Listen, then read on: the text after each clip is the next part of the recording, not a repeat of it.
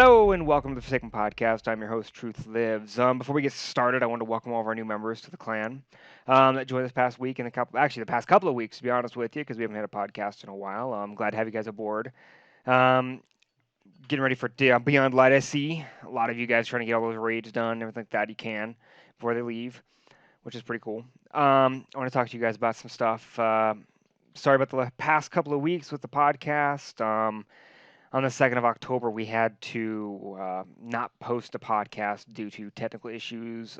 When recording it with my guest, it didn't record in the proper format for me to edit, so wasn't able to edit it, nor was I able to make a new one to fast in time to make it worth listening to.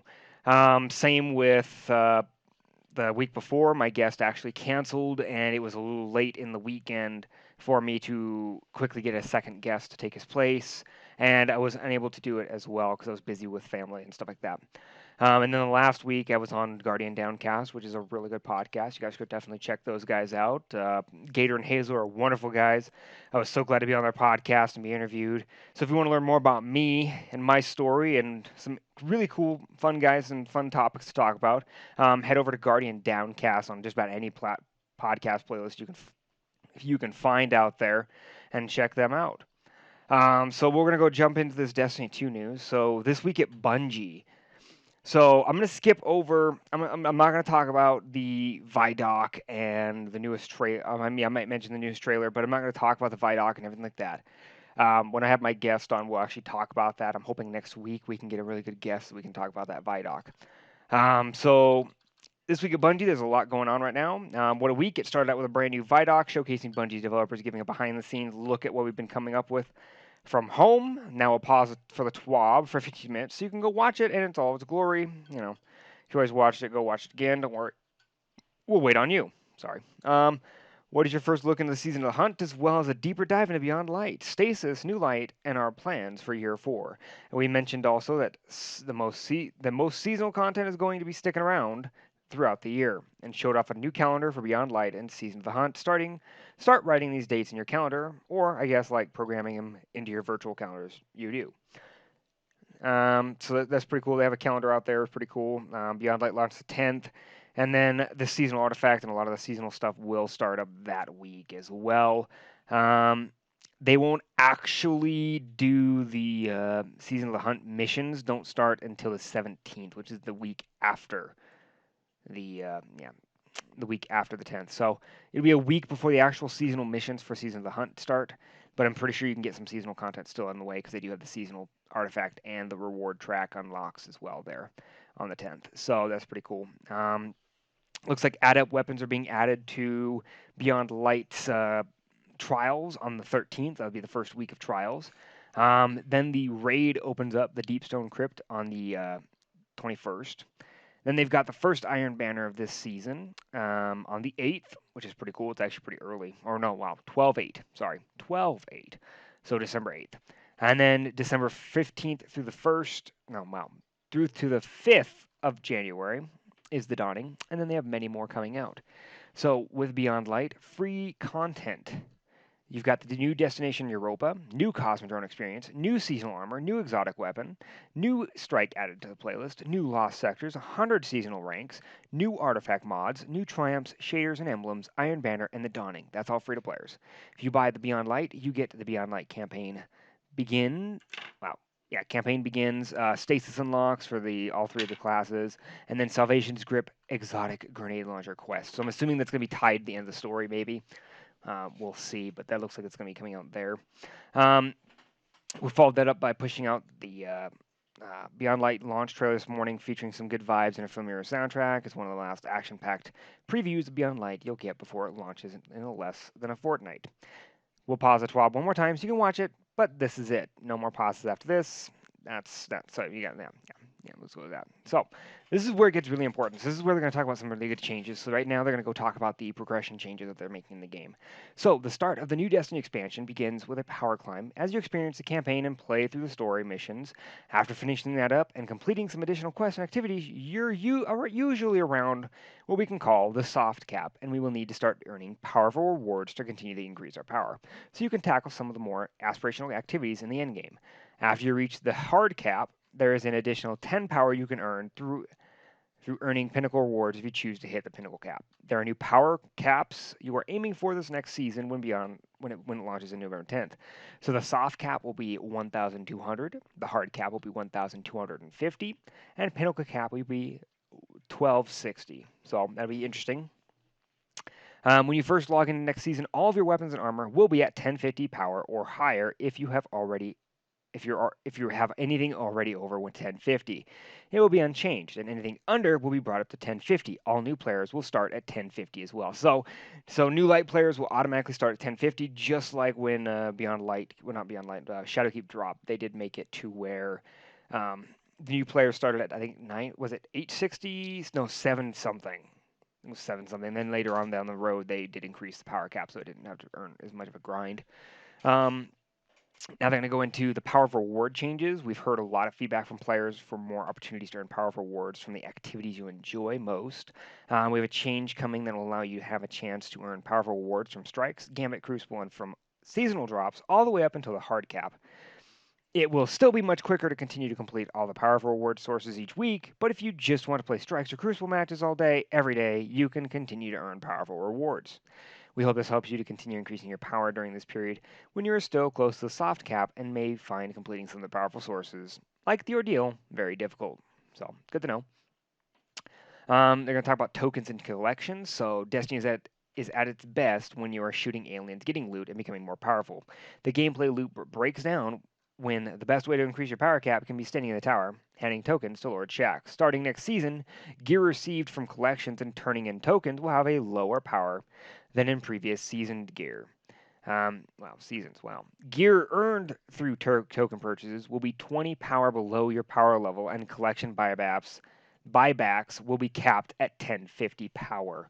So that kind of sucks in a sense. So they're no longer going to let you pull stuff out of your collections at that certain level. So I would definitely do it now. Get every single exotic you can think of, throw it in your vault. So it's at least 1050 when you start out next season instead, or 1060 if you've got 1060 gear. Just that way you're not getting shafted by this. So definitely make sure you have that information. So they're making some economy changes here soon. Some currencies and items have changes coming either at the end of this season or in the near future. Here's what to expect when you log into next season. So materials with no home. They're going to talk about all the materials that are going, all the planets that are going away with Beyond Light and what the materials are going to do with them. So with several destinations going into the Destiny content vault, many of you have been wondering what is going to happen to these currencies found in the areas currently underneath the pyramids. The simple answer is there's no changes to these currencies in Season of the Hunt, and you'll be able to continue to spend them at vendors normally. Starting in Season 13, phase glass needles, alkaline dust, stimulation speeds, and seraphite will no longer be accepted by vendors. So we're in Season 12 next. Season 13 will be the one after that. For those of you that still have unspent stockpiles at the end of Season of the Hunt, Spider will be kind enough to offer a small glimmer exchange to take them off your hands, but you'll realize the best value by spending them before that point. So make sure you turn in your stockpiles before the end of the next season. So definitely get rid of them. Definitely, that's a key word there. There are no other items that will be removed from your inventory at the end of Season of Arrivals. Some, like faction tokens, have not had a purchase in quite a while. And others, like expired ramen coupons, never really had a purpose, but held some sentimental value. We know that it might be hard to part with those, but it's time to let them go. So it looks like they're getting rid of the expired ramen coupons, which I have, I think, 5 of them now. And they'll be taking away any kind of tokens, like faction tokens that you had, if you had any left over. Those are going away. That kind of sucks. They have a help article, which I don't have available. I can open it real quick, and we can see what it says, because it's got a full list of what actually is going to be disappearing.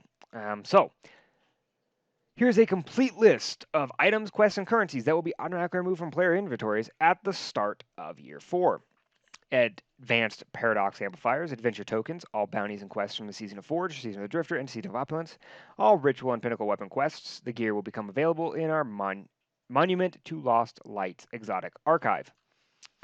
Black Armory Schematic Consumables, Boon of Opulence, Braytech Schematic, Cade's Odds and Ends, Concentrated Radiolarian Culture, Dance Party Keys, Expired Ramen Coupons, Faction Wars Material, Faded Cards, 5 of Swords Challenge card, Forge Polymers, Imperials, Letter Fragments, Ludapalooza Keys, lost memory fragments, modular support consumables, motes, weak, mindling, powerful, collector, invader, reaper, sentry, notes from Cade, obsidian accelerators, obsidian radiance temper effect, including those applied on weapons, obsidian override frequencies, paradox amplifier, radiant matrix, radiolarian culture, Rasputin armory codes, resonant stem consumables, wow, rune finders, synths, collector, sentry, invader, reaper, tokens, dead orbit, future war cult, and new monarchy, transcripts, treasure maps, EDZ, Titan, Io, Nessus, Mercury, and Hellas Basin. And Wealth of the Emperor buffs. So that is everything disappearing from year 4. So be careful. Use what you can right now as much as possible. Get rid of it before November 10th, okay? Um, so here's another thing they're going to talk about is bounties. So back in late April, we shared some plans on how to tackle the problem of bounty fatigue. We have made some shifts to seasonal bounties and reduced their importance on earning seasonal currency and seasonal progress. We're happy with these changes, but still want to continue to improve on bounties system overall. One of the plans we previewed was to eventually replace weekly bounties with a new mechanism to provide players with a set of expiring and account scoped objectives each week that will grant lots of season rank progress. We're still working on that system and we'll share more on it before its target release of season 13. So next season they're going to release a new kind of like targeted system, which is I think that'd be a little bit better than bounties sometimes in my opinion. So we'll see how that works. Next, they want to cover the season pass. So the season pass you've come to know since season Shadowkeep WoW is largely staying the same. There will be new weapons and armor to earn off both the free track and owned path. One big change we are making is adding Bright Dust to the season pass, which is beautiful. We didn't really have much on Bright Dust. We had a little bit here and there, but not much. So, as mentioned before, we wanted to change the way you earn Bright Dust and move more towards account specific paths to give players with only one character significantly more Bright Dust than they've been earning over the last year. Here's a high level look at the changes coming next season. So, starting next season, this is good to know. So, Season Pass Free Path will now offer 7,500 Bright Dust. So, that's available to everybody. Season pass owners, so if you own the season pass, will now offer 3,000. So you're going to get close to you get 10,500 bright dust just from the season pass as a season pass holder and a free pass. That's not bad. That's actually quite a bit more than you got now. And then they will also now make weekly bounties will now award 100 bright dust, I believe, no matter what. So that's pretty good to know. So I think any weekly bounty. With these changes, the vast majority of players will be earning Bright Dust more than before. One of our goals here is to not have a system that pushes you to try and grind out every weekly bounty on all 3 characters every single week, whether you are a 3-character player or only a hunter. Bright Dust will be more available when earning ranks on the Season Pass. We will also be making a change to the timing of Season Pass rank purchases, which will be available starting in week 5 instead of week 9. We have more plans for improving how you earn Bright Dust coming in season 13, and we'll continue to monitor your feedback. I have been talking a lot, let's change it up. Here's a design lead, Justin Dezette, to tell you about some changes Spider is making to his wares and to answer your questions we have been seeing about the customization upgrades we are making to your ghost. Sorry, lost my words. So, they're going to make some changes to quite a few things. I'm not sure exactly how to feel about those. Honestly, the bright dust doesn't bother me. I'm not exactly sure how I feel about season pack rank purchases being a little bit earlier, but I mean, what can you say? I mean, it's if someone wants to pay for it, they can pay for it. You know, I usually get it done every time we do a season. I've been rank 100 no matter what, but no, it's whatever. So now they're going to talk about what Spider's going to be doing now, since they're going to be making some changes to him and to his wares, because some things are no longer necessary to do. So we'll see how that goes real quick. So Spider is going to through some changes in Beyond Light. Though a notoriously savvy black market dealer, our favorite four-armed friend has had largely the same for quite a while. But the impending journey to Europa has finally given him a reason to tune up the materials exchange and make 2 key changes. Right here. First, Spider will no longer be selling legendary shards. This exchange was removed mainly because it was not seeing enough use, particularly when compared with other exchange offers. After reviewing player balances and with the frequency with which this upgrade exchange was assessed, wow, It was just an easy decision to free up the space for something much more interesting. In place of the legendary Stars exchange, Spider will now be selling enhancement prisms. These highly valued items come at a cost 400 legendary shards per prism, and he's stingy with them. So you can only purchase 3 a week, but we wanted to give you those of you with higher chances, well, higher balances, a way to transmute your legendary shards into something a little more valuable than planetary materials and upgrade modules.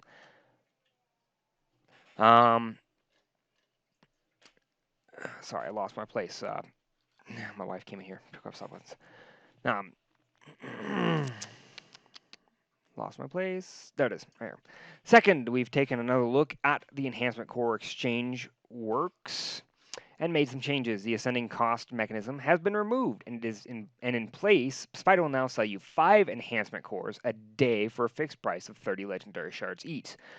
While this does limit the number of cores you can acquire from it each day, we feel a consistent price is a clearer experience with less chance to accidentally spend large quantities of legendary shards. More importantly, it's also cheaper. In the old purchase model, you'd pay 310 legendary shards for 5 enhancement cores 10, 20, 40, 80, and then 160. In the new model, you'll only pay 30 shards each, which equals to about 150 legendary shards for 5 enhancement cores. So while it does limit your acquisition rate, it actually will save you 160 legendary shards every 5 cores. So that's not too terrible. I think that's a lot better for them. So let me know how you feel about the enhancement changes that they're making to Spider and his vending. I believe it's going to be a really good to purchase system. The fact that we can get enhancement cores and prisms would be nice, just because you run out of those pretty quickly. I mean, I'm running out of enhancement cores really quickly, so it's good to know. So here they're going to talk about some other things. It's going to got to go fast. So finally, we've seen a few people wondering if you'll be able to equip the Ghost mod Speed Demon with other mods like Guiding Light in the new system. And we have some good news for you. You won't need to. Starting in Beyond Light, all sparrows, both legendary and exotic, will innately summon instantly, even without the Transmap Preloader perk. As a result, there is no need for a Ghost mod to impact this functionality, so Speed Demon was not carried forward into the new system. You've already been driving around a Sparrow with Transmap Preloader. You can keep using it and it'll work just fine, or you can pull it from collections again and get tuner perks. Newly created Sparrows will no longer roll on Transmap Preloader, so you can have a chance to get yourself an extra perk and still retain the instant summon speed. Hop on that newly instant summoning Sparrow and zip on over to check out Spider's new offers. He's ready and waiting to wrap those 4 greedy arms around some of your wealth and make you a deal that you can't refuse. So, good to know Speed Demon is no longer needed. So if they ever bring back Skirt of the Past and you have the Sparrow racing part, you don't need to have that any perks. So that's great. It's wonderful to know. Next thing we're going to talk about is Eververse. So starting in Season of the Hunt, Bright Engrams will now contain all Eververse content from Seasons 1 to 3 seasons prior to the current season, excluding content from special events like Festival of the Lost and the Dawning, etc. Here are some practical examples. So Season 12, that's next season. Bright Engrams contain all contents from Seasons 1 through 9. Oh, sorry, excuse me. Seasons 1 through 9. So that's, what is that season? Season 9, I believe, was, shit. I can't remember anymore. I think it was Dawn or Undying, one of the two. And then season 13, Bright Engrams contain all content from seasons 1 through 10, which was Warmind. The Warmind one, the season of the worthy in quotation marks. Okay. As always, as you open more Bright Engrams, your chances for earning things you don't own increases. There will be instances of duplicate drops, but the engram will be weighted to grant you things you might be hunting. Good to know. So now they're done talking about all the changes they're making there. They're going to talk about their what is this, player support. So player support team says this is their down to the wire. So world activities. When Beyond Light and Update 3.0 releases on November 10th, 2020, some world activities were removed. These removals are not related to the Destiny content vault, but to general game updates. Players should complete any activities and quests they have left if they want to claim rewards from them. So flashpoints, weekly engrams should be claimed before November 10th, or they will be removed. All destination adventures, world quests from year 1 locations, such as Enemy of My Enemy, Exodus Black, and Data Recovery. Inventory item removal. With the start of Year 4 and the introduction of the Destiny Content Vault on November 10th, certain items will be depreciated from player inventories that correspond with Vault, the destination, activities, and campaigns. I already did the list. So a list of these items, quests, and currency were removed from players' inventory starting Year 4. Some of these items listed can be turned in for rewards, such as Glimmer weapons and armor. Be sure to do that before November 10th. So if you got them, use them. Another thing they want to talk about is the 14-hour downtime. So on November 9th, Destiny 2 will be taken offline for maintenance. Maintenance will begin at 7 p.m. Pacific Standard Time or 0300 UTC, ending on November 10th at 9 a.m. 1700 UTC with the launch of Destiny 2's Beyond Light and Update 3.0. So stay tuned to help.bungie.net and at Bungie help on Twitter for updates. So definitely be on the look for that. I believe it's a full installation of the game. They're going to remake you re-download the entire game, but I believe it also downloads all of Beyond Light as well, so you're not having to update Beyond Light. Should. Don't quote me on that, but it should, from what they're saying. They haven't said anything about that yet. PlayStation 4 Collector's Edition codes. Earlier this week, we informed PlayStation 4 players who had purchased the Destiny 2 Beyond Light Collector's Edition that they may have received an email about a possible account lockout if they use their Collector's Edition codes. The issue resulting in account lockouts for early code redemption has now been resolved, and players can now safely redeem their codes prior to November 10th. Titles and Seals, a moment's triumph in season for rivals coming to a close. Players are strongly encouraged to claim and equip those titles located in their seals so they will correctly count as claimed. Okay. Next, they're going to talk about known issues. While we continue investigating various known issues, here is a list of the latest issues that are reported to us in our #help form. The Warlock's top tree on Dawnblade subclass can trigger the Icarus Dash cooldown when playing on PC. Players can't dismount from the Sparrow using the dismount button on a controller if their ghost is out. This has been out for a while. Some players report that they are receiving the Baboon arrow code more frequently. So they've got other issues that they just didn't mention there. So that's the end of it. I'm gonna read over what Cosmo said at the end of it just to cover some other things. It's been a fun week filled with several early mornings for us on Pacific time. It's nice. It's always nice to start the day off delivering a new Vidoc or exciting new launch trailer. The train carrying the hype is nearing its destination though, and Beyond Light will be here arriving in less than 2 weeks. It's almost time to start counting the sleeps until the big launch. Next week we'll have a preview of some of the patch notes coming with the big update on November 10th. We want to leave plenty of you to discover on your own in Beyond Light and Season of the Hunt, and we're excited to let the game do the talking. But we will still check in next week for one last TWAB before launch. So Cosmo sends his regards and everything else on that. So pretty hefty TWAB. Not a lot to cover really. They had a few things that were interesting. I do want to make one mention from last week's TWAB that Hazel missed when I was on his podcast.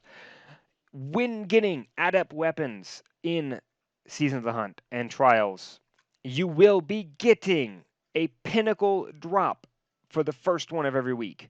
It is a pinnacle, okay? Just so you know, it's a pinnacle drop.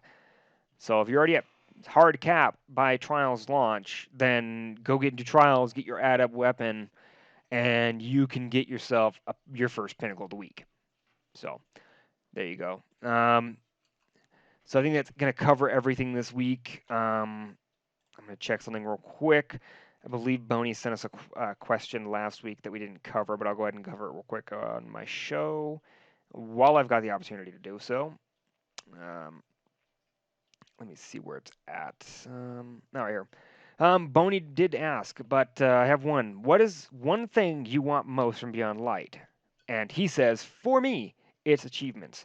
Myself, I would love to see some new Mithrax stuff, to be honest with you. Mithrax is a really cool character of mine. I really enjoy the idea of how he is a fallen guardian, basically. So I'd love to see more information come from that. But that's about it for this week. Not much else to cover. Again, sorry guys. I know it's very light and not a very long podcast episode. I know you guys like the interviews and learning more about some of our guys in our clan and the community. We should be starting that up next week. I'm hoping to get a really good guest on. I don't want to spoil anything. I'll let you guys know as soon as I can. But for now, you can reach me on Twitter at TruthLives. Discord, I'm Truth Lives, hashtag 4409. Xbox, TFB Truth Lives. YouTube, I believe it's TFB Truth Lives. And now Twitch. Check me out on twitch.tv/Truth Lives. And also remember, it's a 1 and not an I in lives, okay? So this has been Truth Lives, and I will see you on the reef.